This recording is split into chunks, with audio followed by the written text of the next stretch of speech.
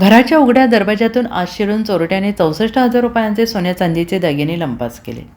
या प्रकरणी महेश भीमाशंकर आवटी राहणार हरिपूर रस्ता काळीवाट साई मंदिरानजीक सांगली यांनी पोलीस ठाण्यात फिर्याद दिलेली आहे. ही घटना सोमवार दिनांक दुपारी 2:30 ते 3:30 या कालावधीत घडली. फिर्यादी महेश आवटी यांच्या घराचे दार दुपारच्या सुमारास उघडे होते.